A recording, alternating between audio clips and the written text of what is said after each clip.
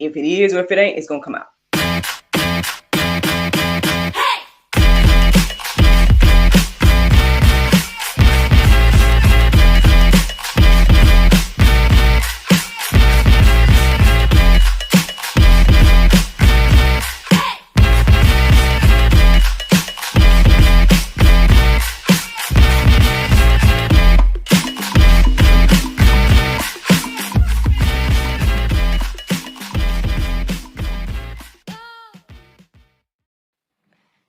Good morning, everybody. It's your girl, Miracle Sims, and you're listening to God, Sex, and Love.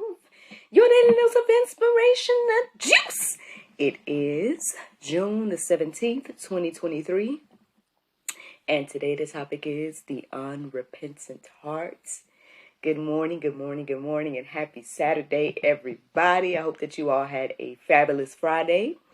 Mine was just fine, but if you care about my day yesterday, then y'all got to tune in to the after show, because I just feel led to get on into the juice this morning. And listen, if you're listening to me on a podcast and you're like, man, Miracle, I want to know about your day, X, Y, and Z, then leave me some comments on the podcast, and I'll see what the Lord do about me, going back to telling my day in the beginning of the juice and things like that. But until then, until the Lord say go ahead and do it, I don't know, but I'll still take it, under consideration. That's what I'm saying. If you leave me a comment or something like that, be like, oh, I miss hearing about your day.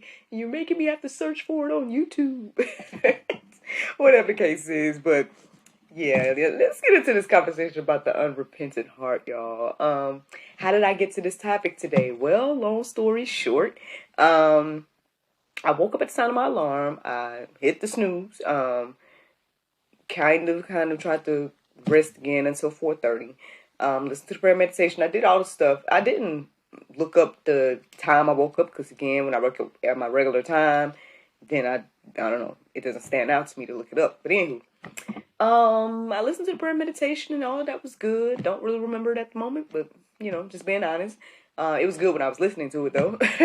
And afterwards I was just I guess I got a little bit distracted at some point, because there was a couple of things that stood out to me that I had come across this morning, I think, as well as that I heard on the prayer meditation. And I was trying to reflect on that to remember what it was. Ended up going to godquestions.org. And something, I can't say at the moment exactly what it was or the phrase or whatever the case is, but something had me do like a deep dive into like looking up the answers to questions like, why did God create us? I think that's what it was. Like, that was one of the first questions that came into my heart and mind as I was like clearing my mind and trying to figure out, what the Lord wanted me to talk about today and stuff. I think that's what I looked up first. I looked up like, why did God create us? And then I saw that they had some subtopics that, went along those lines and whatnot. So I ended up reading that one, and then I ended up reading another one that was like, why did God create me? And everything like that. They had more articles as well, like about purpose and all that type of stuff. But you guys can go deeper and look into those things on your own if you feel led to do so. Again, that's godquestions.org and everything like that. But after I read those first two, then I believe that's when I came across another article, and it was called, What should a Christ-centered life look like? And so after reading that one, that's what ultimately led me to this idea of the unrepentant heart. Because, I mean, the Bible has a lot to say about, us coming to Christ and, coming with our whole heart and different things of that nature. And then there's people, again, we say and do that with our mouths, right? But we don't do that in our hearts. For whatever reason, we probably can come up with all the excuses and have all the reasons to do that or to live unrepentantly. Or maybe we think that we have time, or maybe we, again, take God's grace and mercy for granted, whatever the reasons may be. It's like we live with an unrepentant heart. And so that's what my heart and mind kind of was, I guess resonating with this morning. I ended up going to, openbible.info and looking up verses centered around the unrepentant heart. And these are the verses that stood out to me this morning. At some point, as I was reading these verses and whatnot, I felt myself like being rocked to sleep, and then I would wake up, whatever. I feel like I would have bring something to my heart and mind, and make me wake up, and then same thing would happen to something else. I don't know if I want to go too deep. I won't get too deep, but there was a friend of mine that came into my heart and mind, and when she came in my heart and mind, I was like, okay, I'll just pray for her. But I felt led to text her. I'm like, Lord, it's like 5 something in the morning. But next thing I know, I was getting ready to rock to sleep, and then I woke up, and it was 5:55, and I looked that up in the Strong's Concordance, and one of the words meant stronger or something like that, and the other word meant oh man, it's the main word that got me to go ahead and do it, but whatever it was. Anyway, after reading whatever it was, I looked at the Strong's Concordance, and whatever that phrase was led me to go ahead and do what the Lord had told me to do earlier, which was to text her. So I was like, hey girl, thought about you, praying for you, hope all is well.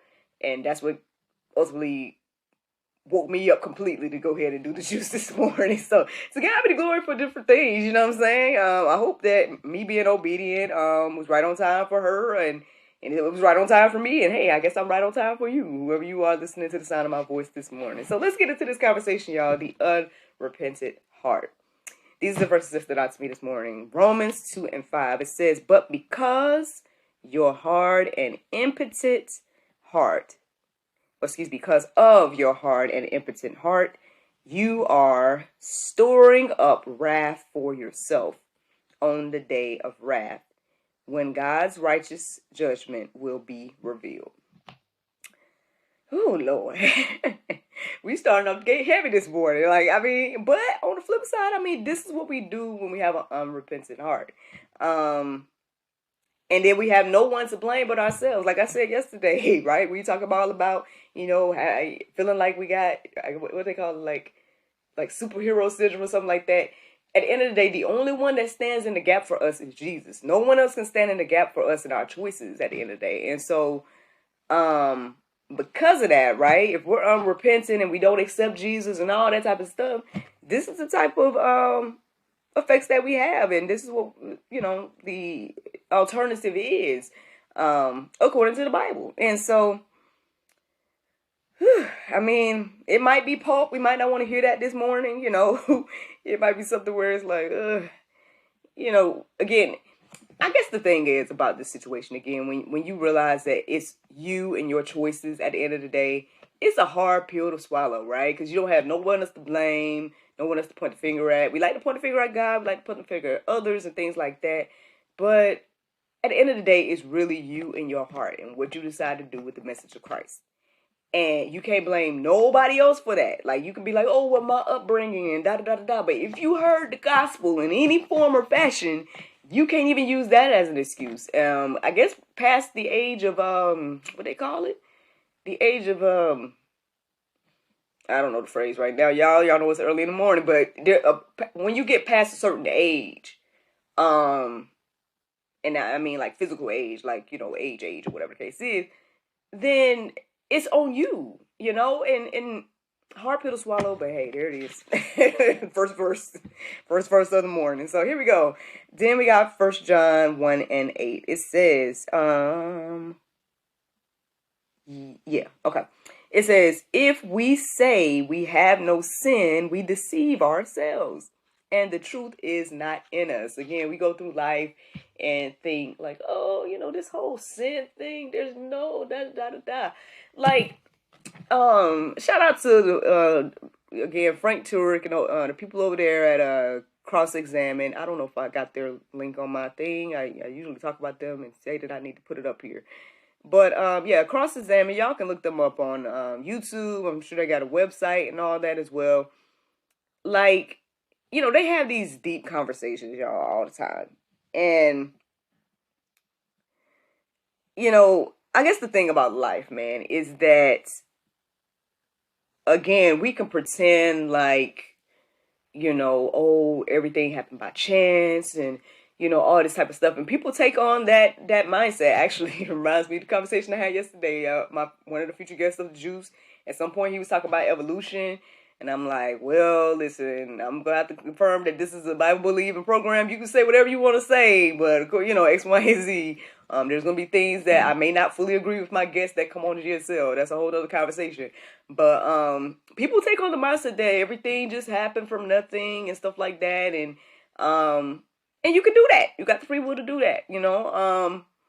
But I think, again, there's a lot of things that, again, like Frank Turek said, I don't have enough faith to be an atheist. Like, you have to have a lot of faith and negate a lot of things to believe that. Like, you have to negate yourself, your own body, you know, everything you see around us. Like I said, even if we just think about just the human body alone, like, it's just, not just to say magnificent, but I mean, it's a magnificent creation. Very intricate. Each and every one of us. And for that to happen from nothing doesn't make sense to me. Maybe it makes sense to other people, but that doesn't like fully make sense to me. It only shows like creator. But hey, you know, some people don't want to receive that.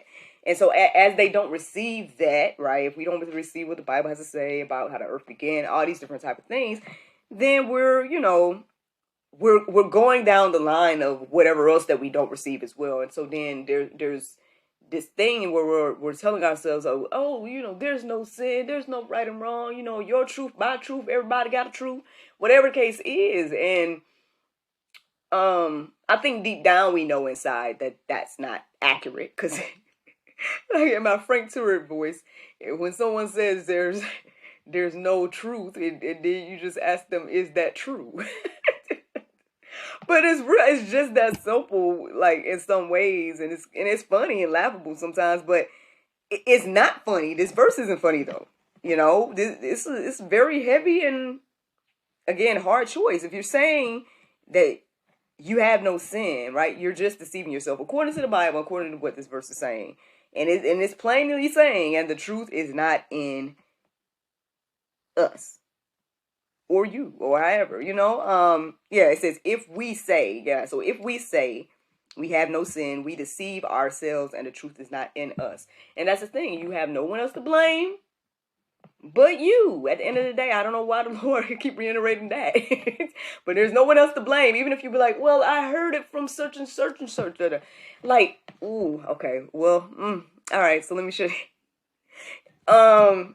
So again, I'm going back to cross-examine and Frank Turek. The other day I was listening, and I feel like I listened to this before, but I started listening to it the other day when I was at work. It was a debate between Frank Turek and I believe his name was Christopher Hitchens, one of them.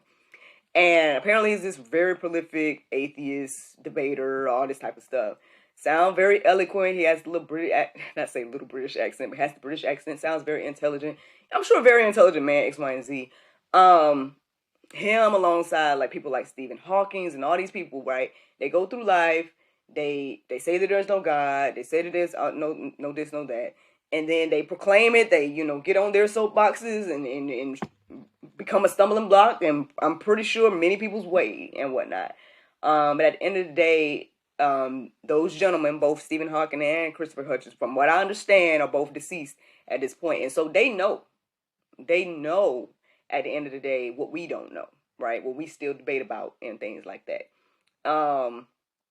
And not to laugh or anything, because I don't want to make light or whatever of the situation, because again, if they continue with their unrepentant heart, the Bible says like where they are and what's going on and all that type of stuff, and that's the Lord's judgment on them. That had nothing to do with me. But I reflect on individuals like that, because I do wonder, like, if they had the opportunity, right, to come and talk to us again, now that they actually know, I wonder if their heart has changed, right? I wonder if they would or could or whatever do or say things differently. Like, once you know at the end of your life, or whatever the case is, or once we're gone, or whatever the case is from earth, it's too late though. And there's biblical accounts of what that's like as well. And if you don't know what I'm talking about, y'all can just go look up what about Lazarus and the rich man and all of that, and stuff. And so I do wonder, I do think, like, when I come across verses like this, or when I come across, like, again, people that just get on their strong stance against the word and against the Bible and against Jesus in particular and all this type of stuff. I mean, like I said, for me, and again, I could just talk about me, right? I would hesitate, for me, as somebody that's read the Bible and stuff, I kind of would hesitate to become a stumbling block. But that's me, I would be like, that just like a second ago, I hesitate to like condemn those gentlemen, even though they had such a strong stance in their lifetime and whatnot. And so but I still hesitate because not just fear of God, but respect to God and respect for people and families and all that stuff. Out of respect and love for people and whatnot, I still, hesitate to become a stumbling block, right, in people's way, and whatnot. And so, but some people don't, again, I guess it's that hardened, unrepentant heart that makes certain people make certain choices and stuff. And so, I mean, get into the word to see what the alternatives is and stuff. We all can, debate and ask the questions and see where the Lord, leads us and stuff like that. But anyway, something to think about. So, John 12:48, it says, "The one who rejects me and does not receive my words have a judge. The word that I have spoken will judge him on the last day." Whew, Lord, like I feel like this whole thing might be pop this morning. It might be something that nobody wanted to hear. Y'all probably like, Miracle, what kind of inspiration is this? Well, I hope that this encourages you and inspires you to take your opportunity of life, right, to maybe look at some things differently, right? Maybe read these verses for yourself and let them marinate on your heart, souls, and minds. If the Lord's leading you to go deeper, there's some verses in the go deeper section that I think shows a little bit more of the importance of, these choices and, I guess softening your heart, hardening not our heart against the Lord and things of that nature. I guess ultimately this is the juice this morning. Yeah, man, like I said, it might be pulpy. We might not like it, but hey, that's the juice. This is the juice. Now, the Bible verse of today is Luke 6:36, and it says, "Be ye therefore merciful as your Father also is merciful." You know what, friends? I hope that you all enjoyed this juice this morning. Thank you so much for listening to God, Sex, and Love, your daily dose of inspiration, the juice. I pray you guys can go forth and have a wonderful day, and I look forward to talking to you all on Monday, if the Lord's will. Again, if you guys want to hear the, what happened to my day yesterday and whatever other commentary the Lord asked me to share, beyond that, then check me out live on YouTube and Facebook and all those places, those that are listening to the podcast. But yes, I look forward to talking to y'all on Monday if the Lord's will. Bye-bye.